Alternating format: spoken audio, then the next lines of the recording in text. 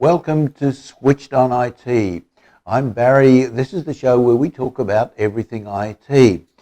Some of you will have an email box that is chock-a-block full of emails, and I hear occasionally from people who say to me, I just can't deal with my emails. I have hundreds of emails, hundreds of people send me emails, and I just can't deal with them.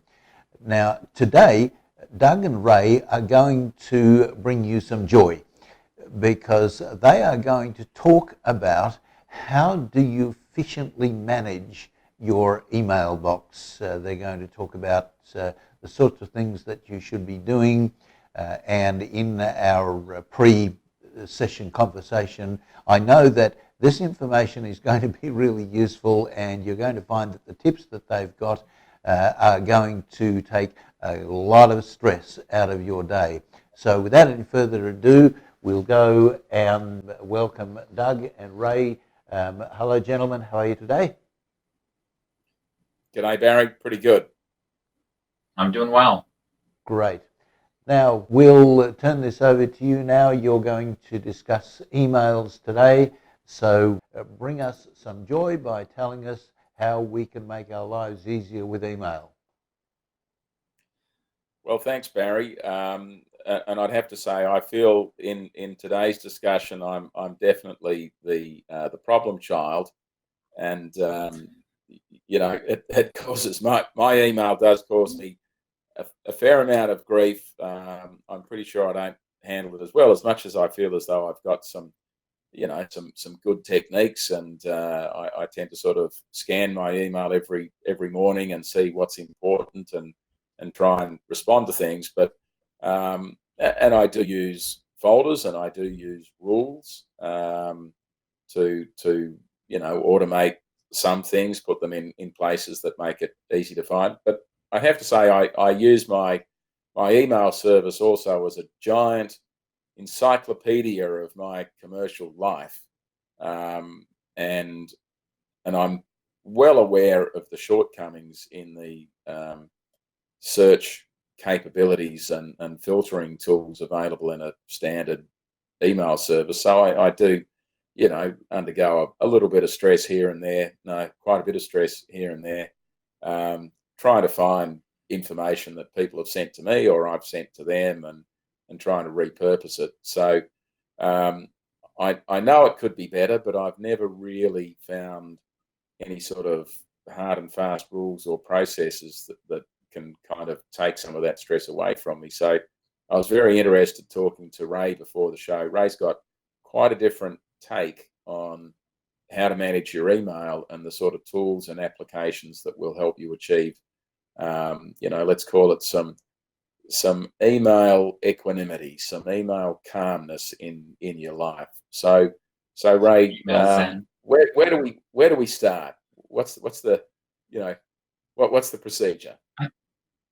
I think it probably starts with taking an understanding that you're right within the normative email user, that most people consider email a combination of things, right? It's combination reference, it's combination communication platform, and because of its openness, right? It was an open standard developed so that you and I can share email across the planet without any other known information about each other. I mean, it's a remarkable communication tool, which is why billions of emails are transited every day.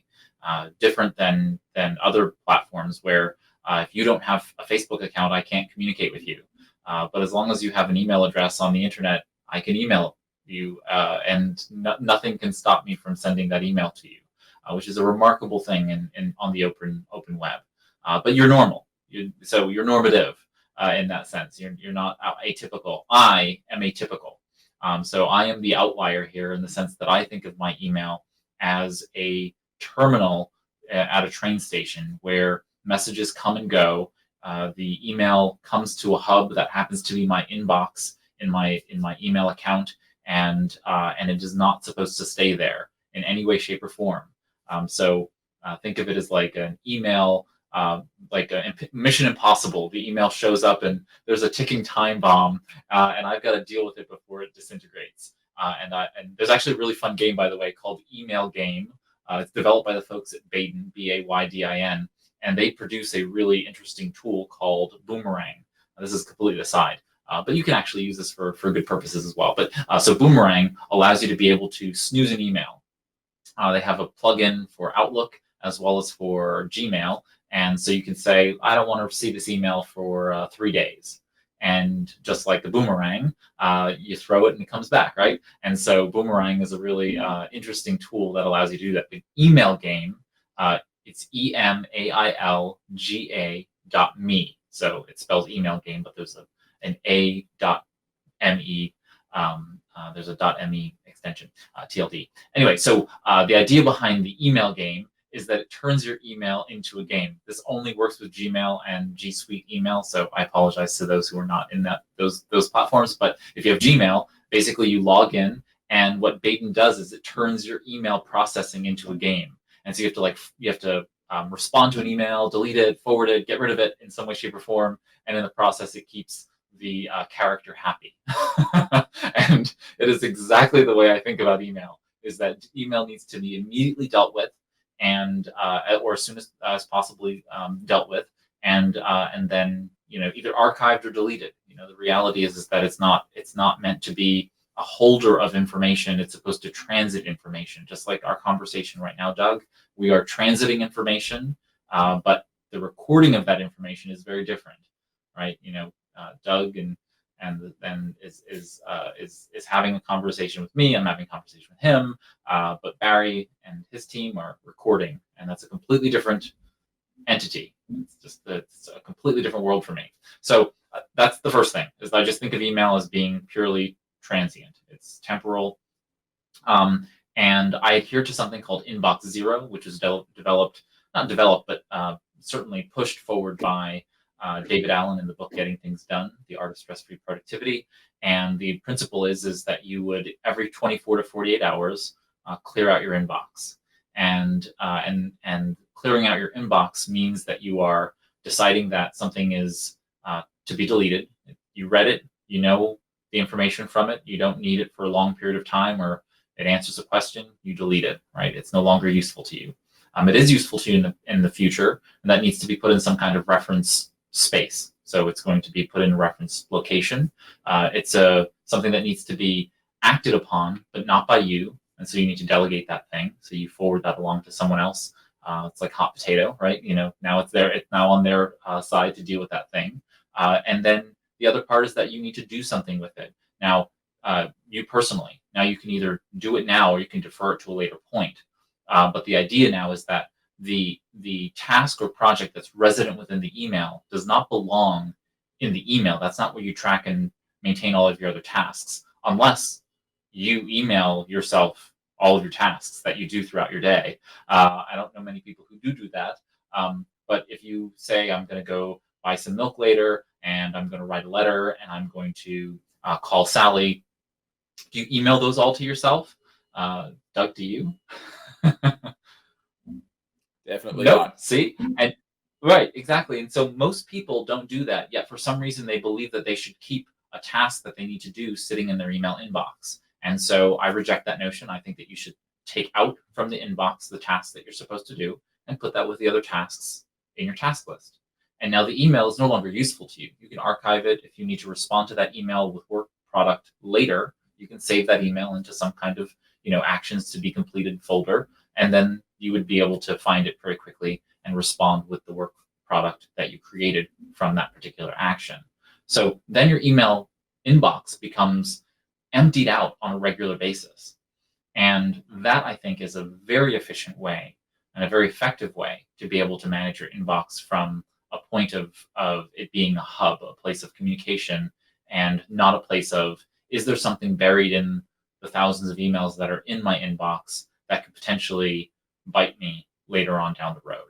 And so if you've processed all your email, then all of the tasks and projects are now someplace where you can objectively look at them and deal with them, as opposed to potentially not knowing. Email just doesn't display the tasks and projects you need to do about them very well and easily. People write poor subjects, and they They send multiple tasks and multiple projects in the same email. It's not easy to really make email, manipulate email in a way that you can then understand what needs to be done. So how many, only if you want to say, but how many email messages do you have in your inbox, approximately? Ray, I couldn't possibly tell you. It's because it would go back, 10 years or more, and it would be it's got to be in the hundreds of thousands of messages that are in there. And as I said, I do use folders, but for specific types of messages, just to sort of get some order in there, and I use rules, for example, to forward messages to particular folders, and typically they're less urgent. It might be, newsletters or, more sort of marketing information from external folks that is the sort of thing that I might read at some point, and I'm doing that to sort of declutter the inbox and thinking that I'm doing the right thing. But it's fair to say that my inbox is massive, and I'm talking to folks every day whose inbox is considerably more massive than mine is. So it's interesting in terms of, for example, you mentioned that people will send an email and they'll deal with 5 different subjects in the one email, and that's something I do. I send out emails all the time, and they're nicely numbered, and they have specific sort of requests or instructions or whatever it might be, but it can cover a range of services. Now, I would have thought it's quite handy for somebody to refer back to that and go, yes, at some point I'm going to reply and tick off, the same numbers, but you'd look at it a little differently. So tell us how if you receive an email that covers multiple subject matters and tasks and projects, how do you actually treat that? Is your computer driving you crazy? Is it slow or doing things you didn't expect? Well, having a computer crash or pick up a virus can be a complete nightmare for a business, so having someone local you can trust to get you up and running again is critical. The dedicated team of experts at Computer Troubleshooters Toowoomba West will put your mind at ease from the moment you walk through the door and will get your problem solved in no time, with a 100% guarantee on their work. Laptops, tablets, PCs, whatever you have, Roger and the team can fix it for you. So visit them today at 236 Bridge Street, Newtown. Can't get in to see them? No worries. Just call them on 4642 1331 and they'll come to you. Toowoomba Troubleshooters Toowoomba West on the web at www.computertroubleshooters.com.au/Toowoomba West. If you've lost your income or had a change of earning capacity through no fault of your own and are struggling with debt that you can no longer handle, you probably feel a bit like this ant. If the struggle is getting you down and you feel overwhelmed, there is an answer. Central Liaison has helped thousands of people break free of the debt struggle by handling their debt for them. Freeze all interest, stop the harassing calls from the bank and start enjoying life again. Call them today on 0409 344 070 for a confidential, obligation-free chat about how Central Liaison can help you take your life back. The number again, 0409 344 070. Call them now. Oz Hosting is proud to support Switched On IT in bringing practical help to Australian businesses. We're talking to literally hundreds of businesses every day about their IT services, how to make them more efficient, how to make their businesses more efficient, and how to protect their valuable data. If you'd like your IT services securely hosted right here in Australia and expertly managed, talk to Oz Hosting. Power TV Australia presents the Celebrity Christmas Telethon, supported by Optus and Harvey Norman Toowoomba, live from Rumours International, November 23 from 4 till 9 p.m, showcasing some great local talent while raising money for the Toowoomba Hospital Foundation. To donate, phone in and chat to one of our celebrities or be part of the audience at Rumours. For more info, email telethon@powertvaustralia.com or call 0431 390 920. The Celebrity Christmas Telethon, November 23rd, live on powertvaustralia.com. Yeah, so I use Remember the Milk and Trello for both task management and project management within my company, and so I like to actually parse all of those apart and separate them. So if you were to send me 8 items in an email, I can forward that along, and each line of an email can be converted through bulk import through Remember the Milk. So I can just send it along to Remember the Milk, and each line item where you have your 1, 2, 3, 4, 5, 6, 7, 8 items, each of those line items, I would delete everything else from the email but those 8 lines, and those would get emailed into Remember the Milk, and they would then become projects or tasks, whatever they were actually, and so they would be kind of separated apart. And then same thing with Trello. You can email a card, from from your email inbox into Trello to a card on a specific list, and I would break them all apart. My staff internally knows that when they email me, they should only have one task or project per email, and so that equates to many more email that's actually transited when internally. But that also means that if you send me an email, say you send me an email with 8 items in it, and I can only respond to 4 of those things at that present moment, I personally am much more likely to procrastinate on responding to the email because I can't respond to all of them.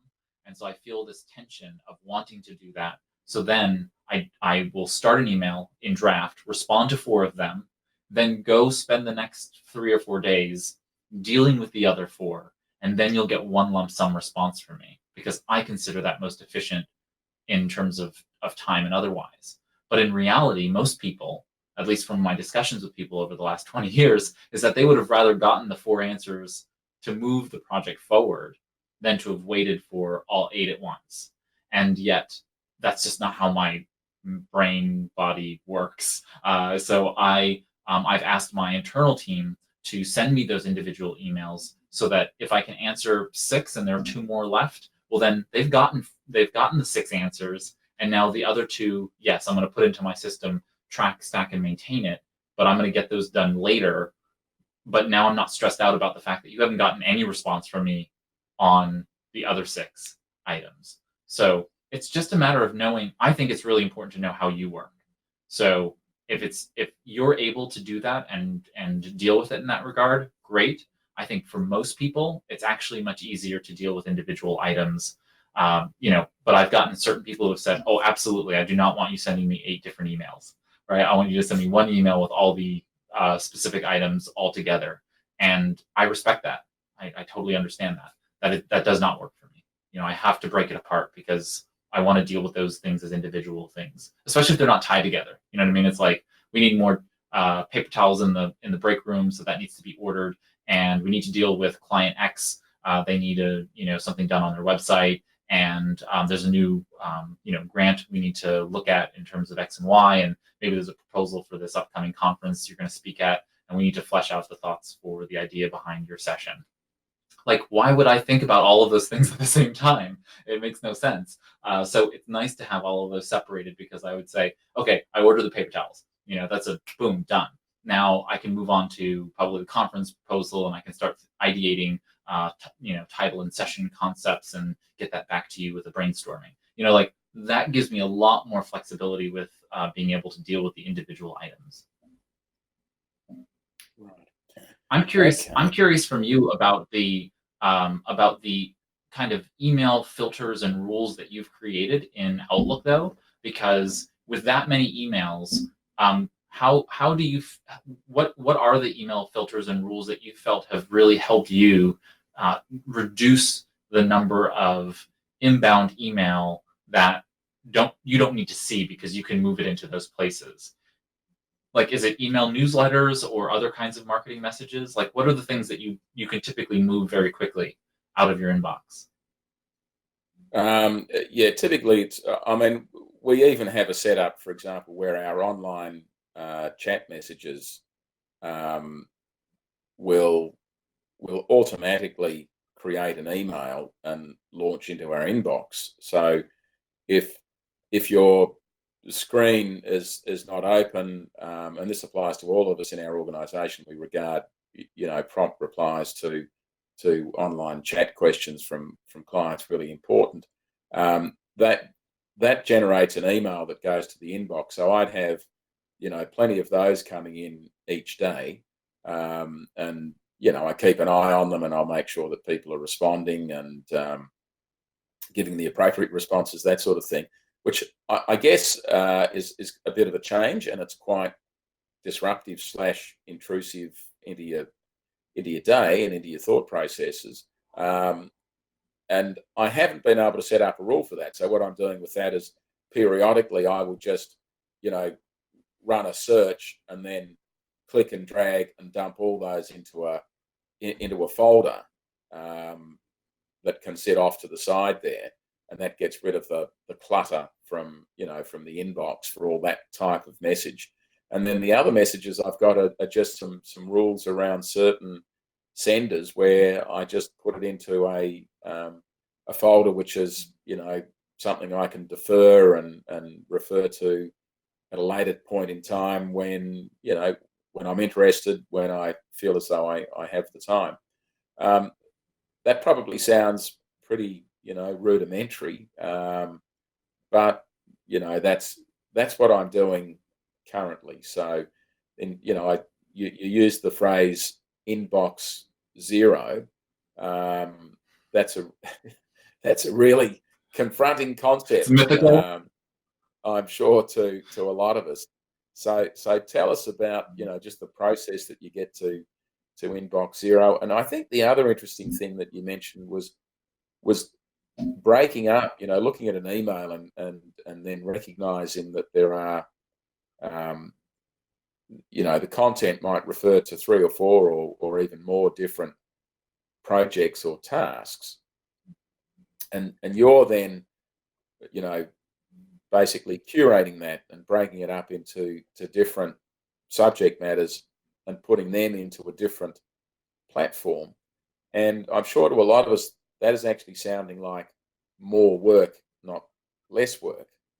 But obviously you're finding it's a really efficient process. So tell us, you know, exactly what that process of breaking up looks like and the tools that you're using, and then tell us a little bit more about Inbox Zero, because you're obviously scanning the inbox at the start of the day. You know, that's what everyone would do. There might be 10, there might be 100, there might be 200, you know, items in there. You know, what do you do? Yeah. So to answer kind of your middle question there first, which is that the nature of there being more work in stacking, tracking, and maintaining tasks and projects, it actually is less work. When we think about the number of times we reference an open email, and there have been actually really good Microsoft studies on this, which is how they look at the number of time people look at email and then close it, move it around, move it back into another folder, move it back into their inbox, look at it again, and keep referencing the same thing over and over again without actually making forward action on the project or task that was resident within the email, is remarkable to me. And so the fact of the matter is that I like to look at my tasks and projects objectively. And what I mean by that is that a task like talk to mom about her estate planning documents, right? That's a very emotional task or project, right? It's you know, thinking about the demise, you know, not demise, but, you know, the end of life of my parent is a tough thing. But call mom about estate planning is going to be sitting on the same exact system as pick up milk, and the emotional nature of the tasks and the way in which you manifest them outside of your system is as important as the fact that I don't use my email as the mechanism for being able to manage that. And so because of technology today, it's literally a forwarding of an email into my tasks management system in order to be able to move it to where I want it to go. So it's really not much more than if you were to drag and drop it into a folder. It's probably fewer keystrokes. And so the goal, of course, is to put it into a place where you're actually going to make action on it. So I don't care if you spend more energy getting a project done than not. What I do care is that you get the project done versus not getting it done, right? So if you decide I want to do this thing, and you spend 6 months telling me how much you want to do that thing, but you don't make any progress on it, that thing is a wish. It's not a task. It's not a project. I tell people that they constantly have wish lists. They have a list of things they would, could, maybe, should do, but they don't. And so that's a wish list. A task list are the things you're actually going to do. You're going to do it, you put it on the list, you make it happen. And so I like to objectively look at the things I need to get done, because yes, I have to deal with them emotionally. We all do.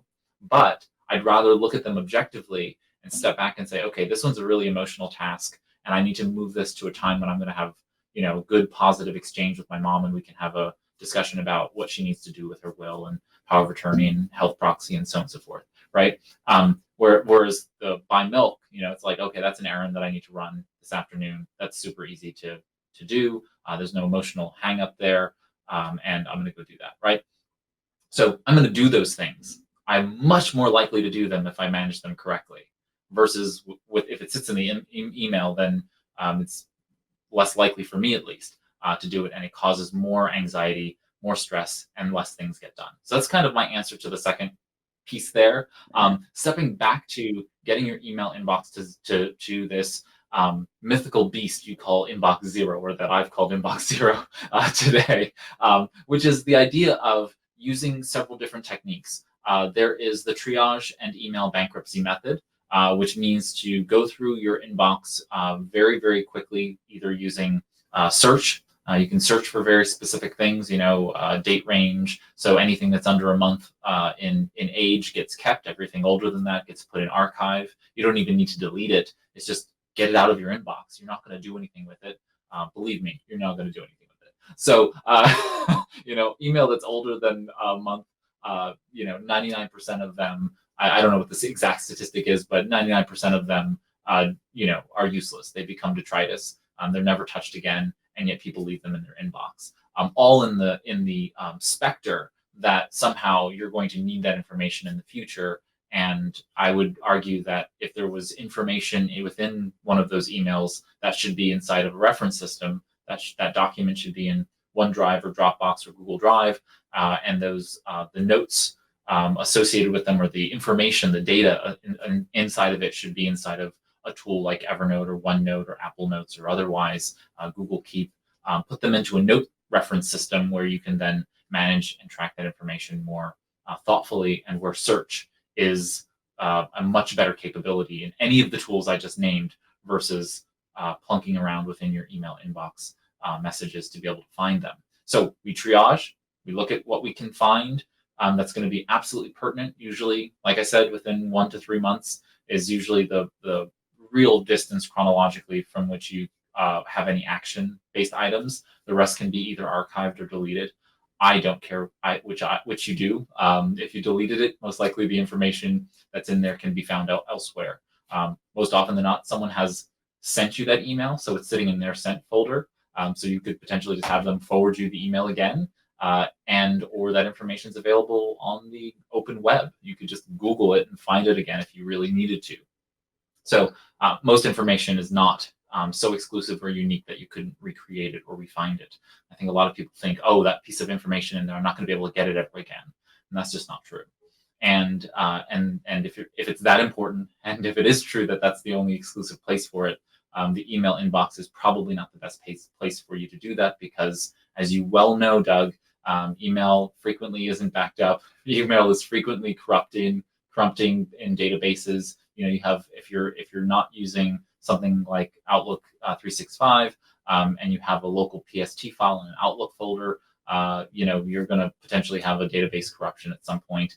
I know that I have had many Outlook databases corrupt over time, and they get to a certain size, one little thing happens, and all of a sudden, the database won't open. So, it's gotten much better over the years, but it's still an option for it to happen. And then what do you do at that point? You could have 6 and 7 PST files sitting on a hard drive.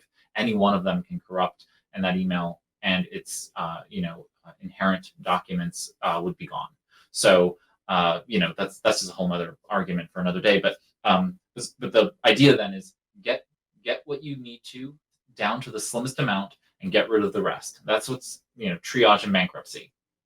Then there's another method, which is for the what's left. So say you get down to a month and you have maybe 600 or 700 email in the last month that are really things that you need to deal with. Maybe there's a couple actions, you got to respond to a couple people, make a couple phone calls, put together a couple of documents, and respond to those people based on those emails. Well, what I usually request them to do is to look at today's email and process all of the things that need to be done today, do yesterday's email and process and respond to everything from yesterday's email, and then go to the oldest day's worth of email and deal with everything in the oldest day. And some days you'll have 5 emails from the oldest day. Some email you'll have 2 emails from the oldest day. And the idea here is that you're always keeping current. You don't want new email to be continuing to pile on the mountain. So today and yesterday needs to keep you cleaning up the rear guard in that regard, but then going way back and doing the oldest day means that you're minimizing over time the amount of email from both ends. So that hopefully at some point, the oldest day and today, yesterday, and the oldest day becomes today and yesterday, right? And then your email inbox is 0. And so if you take those two, triage and email bankruptcy, and then slowly take care of today, yesterday, and the oldest day's email, you ultimately come to a zeroed out inbox. It's not impossible. I've worked with hundreds of people through this process, and I've had maximal success in people getting to that point. Not everybody stays there, because again, I don't necessarily know if it's required for everybody. But what I do know is that I work from that space, and it is a space of much less stress. And I deal with 150 to 200 emails a day that are not just the transient type of emails, but actual substantive emails that I have to think about. And with that kind of volume of email, I just can't possibly think about keeping all of those piling up over time within the inbox. I have to move them beyond the system, because there are ones that I can email right back, respond to, and deal with, and there are others that are going to require deeper thought, more thought and collaborative discussion. And email for me is just not where that kind of collaboration and discussion works well. Looking for exposure for your business or event? Take your business, community event, training seminar, sports fixture, function, concert or exhibition to the world with Power TV Australia and Power FM's unique live outside simulcasts. We can turn your next local event into a worldwide sensation with stunning live pictures, interviews, graphics and live action replays for a fraction of the usual cost. From a festival or sports fixtures to a corporate or charity event, Power TV Australia and Power FM can take your message live to our local and national viewers and listeners. Invite the world to your party by contacting Barry today on 0431 390 920 or email programming@powertvaustralia.com for a quote. If you've lost your income or had a change of earning capacity through no fault of your own and are struggling with debt that you can no longer handle, you probably feel a bit like this ant. If the struggle is getting you down and you feel overwhelmed, there is an answer. Central Liaison has helped thousands of people break free of the debt struggle by handling their debt for them. Freeze all interest, stop the harassing calls from the bank and start enjoying life again. Call them today on 0409 344 070 for a confidential, obligation-free chat about how Central Liaison can help you take your life back. The number again, 0409 344 070. Call them now. Is your computer driving you crazy? Is it slow or doing things you didn't expect? Well, having a computer crash or pick up a virus can be a complete nightmare for a business, so having someone local you can trust to get you up and running again is critical. The dedicated team of experts at Computer Troubleshooters Toowoomba West will put your mind at ease from the moment you walk through the door and will get your problem solved in no time with a 100% guarantee on their work. Laptops, tablets, PCs, whatever you have, Roger and the team can fix it for you. So visit them today at 236 Bridge Street, Newtown. Can't get in to see them? No worries. Just call them on 4642 1331 and they'll come to you. Toowoomba Troubleshooters Toowoomba West on the web at www.computertroubleshooters.com.au/Toowoomba West. Power TV Australia presents the Celebrity Christmas Telethon, supported by Optus and Harvey Norman Toowoomba, live from Rumours International, November 23 from 4 till 9 p.m, showcasing some great local talent while raising money for the Toowoomba Hospital Foundation. To donate, phone in and chat to one of our celebrities or be part of the audience at Rumours. For more info, email telethon@powertvaustralia.com or call 0431 390 920. The Celebrity Christmas Telethon, November 23rd, live on powertvaustralia.com. So when you get an email and it's got, it might have several subject matters in it, it's from a client, and you then forward that to, some sort of a note-taking system, I guess, Evernote. When you forward it to Evernote, is Evernote able to actually kind of ingest the email like it is, almost like another inbox, and then you can sort of break it up and put it into different sort of folders or projects in Evernote? Is that how that actually works? Yeah, absolutely. So Evernote has the ability to have stacks. If you want to think about a stack as a folder of notebooks, and then kind of, if you think about it schemorphically, you have a set of notebooks in Evernote.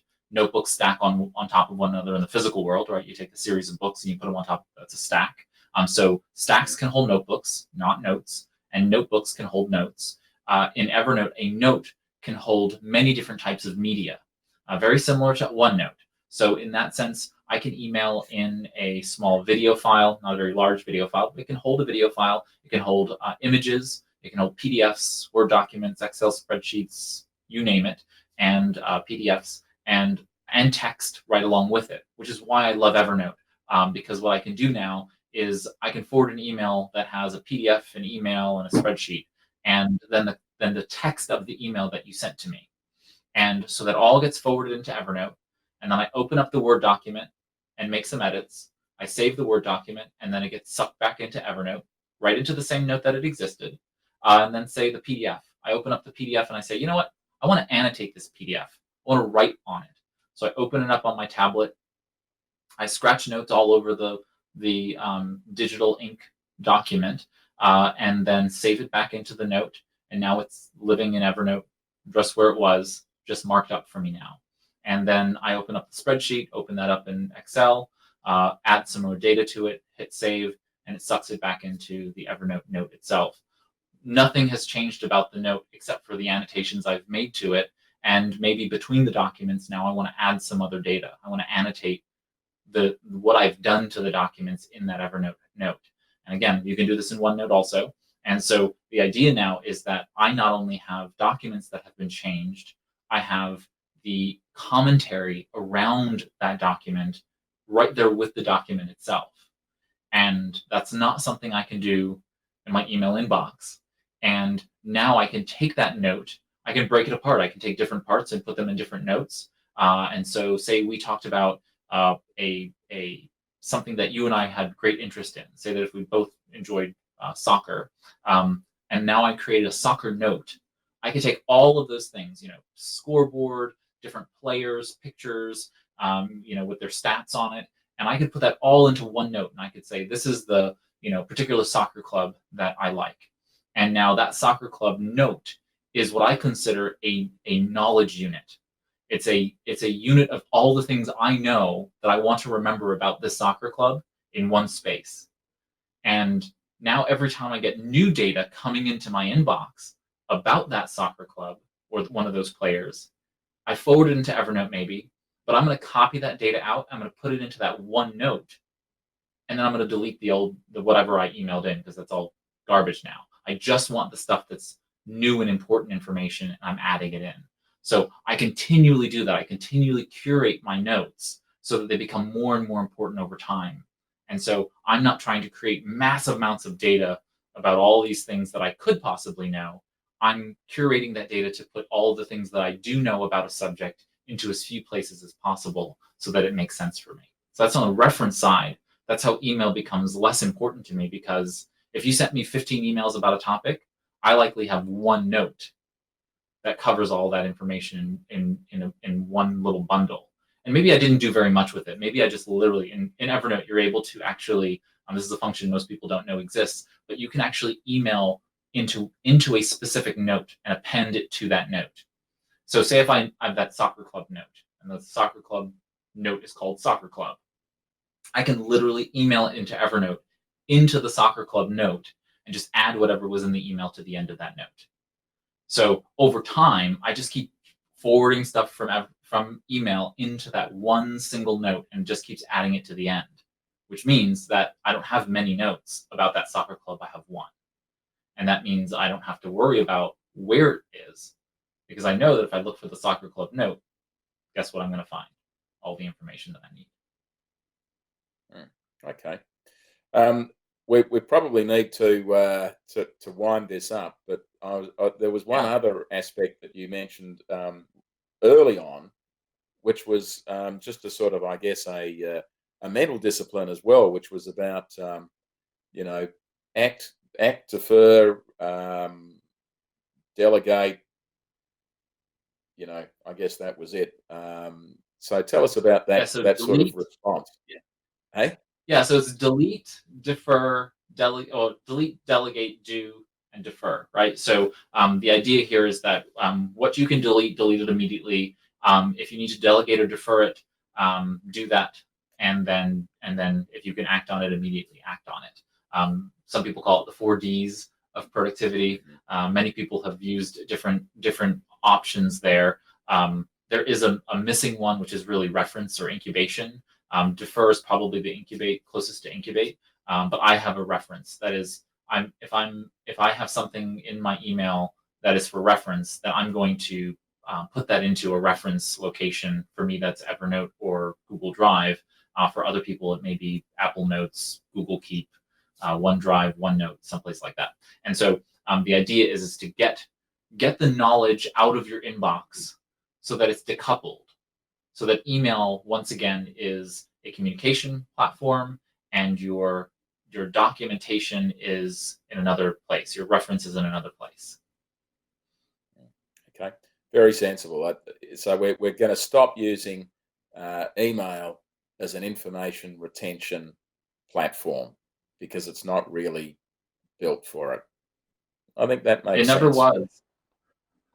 Yeah, it's remarkable. It never was. It was meant to be a way station of messages, and it's become this really, really flexible platform and tool. So I totally understand why people have gone there. There was the former CIO of Google. I think he was the first CIO of Google. He actually created a whole system designed around forwarding everything into your Gmail inbox and making it your one repository for everything in your life. And I fundamentally disagree with that premise, but back in the day when you could do that in Gmail, it was revolutionary and understandable why people would want to push the boundaries of email. But at the end of the day, I stand by my stance that email is a transit hub of conversation, of information transfer. And if you can keep that in mind, then I think we joked in the pre-show. My typical statement is, you get a piece of physical mail, you open it up, you walk into the house, and you say, "Wow, this is a really great letter I got from my brother." You don't walk it back out to the mailbox and put it back in the mailbox and go, "That's a good place to keep it." And I've gotten some feedback from people that said, "Oh, well, email is so much more flexible. You can do so much more with email. Your analogy of the inbox, the mailbox, is not really relevant. It doesn't work in that sense." And I disagree fundamentally. I think that if you think about it from a physical perspective, your brain does not distinguish a physical mailbox from your email inbox. So you keep stuffing stuff in there in hodgepodge, and guess what? Your brain then deals with it in that same fashion and becomes that same level of stressed because it doesn't know where things belong. If you give it a place to belong in the physical world, and that includes the digital spaces that you use it, then you are also giving your brain the relaxation, the ability to relax, because it knows where to go find things in the future. The first thing I do when I go to find something is not open up my inbox and start doing searches for things. I know that if I want to look for something, it's going to be in Evernote. And it's 98.7% chance that I'm going to find it in Evernote. And then maybe it's going to be in Google Drive, right? If it's a document that was beyond that system. But I know where to find things, and I know how to find them, and that reduces the threshold for stress. Terrific. All right. Well, I'm sold. I'm going to do something about my email. Barry, you got any questions or comments? Yes. I've got one convert. No, you've got two. Ray, in terms of you were talking before about the way the brain works. The brain likes to put things together in order to find them. Do you have a sock drawer? I do have a sock drawer, yes. Yes. Are all of your socks in your sock drawer in there individually? They're all paired to the sock that they live with. Okay. If that's what you mean. So you don't throw all of your socks into your sock drawer, and then every time you go to the sock drawer, you say, now I want a green pair of socks, so here's one. Now I'll just go through and I'll look through all of these socks and see if I can find another green one. When you go to look for a pair of socks, you look for the green pair. Yes, I would. That would cause me far too much anxiety. You know me too well to know that I would never have my socks languishing apart from one another. Yes. So it's like keeping lovers apart. Why would you keep lovers apart? It's mean to do.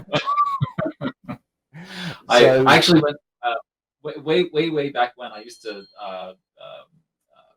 use a paper, what do you call them? Little pins to keep my socks together. Little clipped pins to keep my socks together in the laundry, so that they would never be separated. Because you would lose a sock here and there when you went to the laundromat when I lived in New York. And what I found is that they tore the elastic too often, so I gave up on clipping them together. But I still match them up every time they come out of the dryer. And my organization is more hyperactive than the average person, but still, it's one of those things that if there's a pushing of the envelope toward being more organized and getting more done, then that's the avenue that I want people to take, is just getting more done. And you don't have to get everything done, but getting more done. There is a clear pattern toward getting there. Terrific. Okay, so now we're going to have an email drawer where we tie all of the emails together instead of putting them all individually into the email box, right? There is conversation threading within Outlook as well as in Gmail, so you can technically pair all of your emails together that do group together, and that does help limit the number of email that actually are in your inbox. So yeah, you could do that. No. I was thinking more of your Evernote as your sock drawer. Yeah, there you go. Yeah, absolutely. That's exactly what's happening. I'm pairing all of the various pieces of the puzzle together into knowledge units. Yeah. Okay, that's terrific. I think that this has been a conversation that people will warm to, because there really is a lot of stress out there about emails, especially from people that get heaps and heaps of emails. Doug, there's just one thing that occurred to me before that I'd like to get you to address. In Australia, there are some businesses like accountants and lawyers and people like that that have a legal responsibility to be keeping communications, what do they do?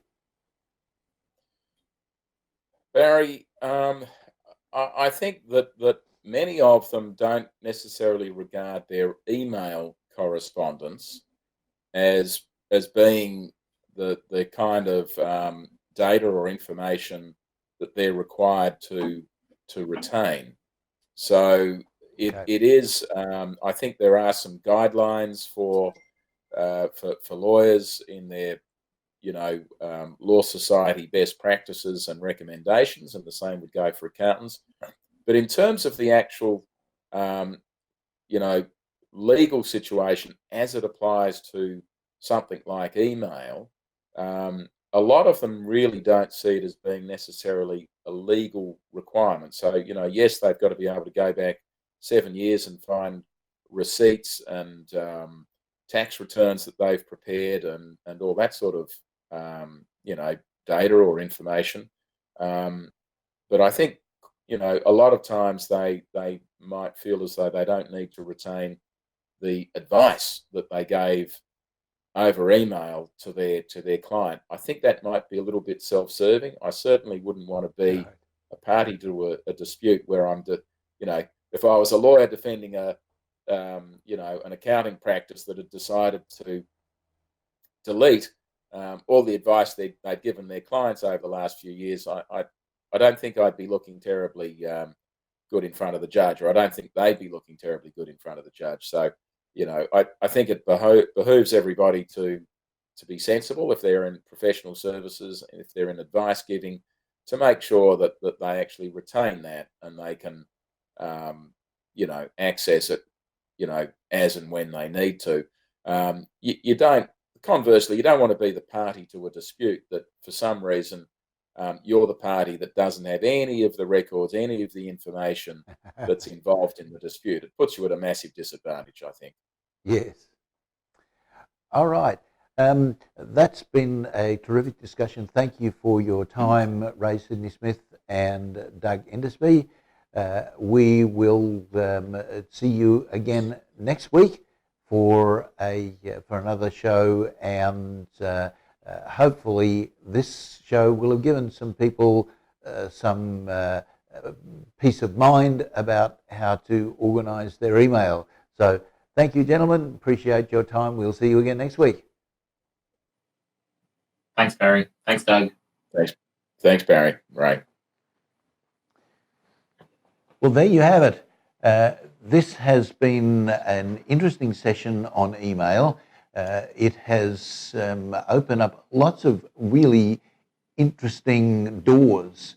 If you're struggling with email, as I do, knowing what to delete, what not to delete, what to keep, if you are married to your email, maybe, the best thing to do is to have a look at Ray's suggestions here. Don't forget that this show will be on video on demand later. So if you missed something, that's okay. Just go to the Switched On IT icon on the left of the screen, and you'll be able to go back eventually to this show and pick it up and have a look at all the things. If you've got any questions, if you'd like to address something to Ray or Doug, or if you have a topic that you would like them to discuss, email us at programming@powertvaustralia.com and we'll get Doug and Ray to have a look at it for you. This has been Switched On IT. I'm Barry. We'll see you again next week.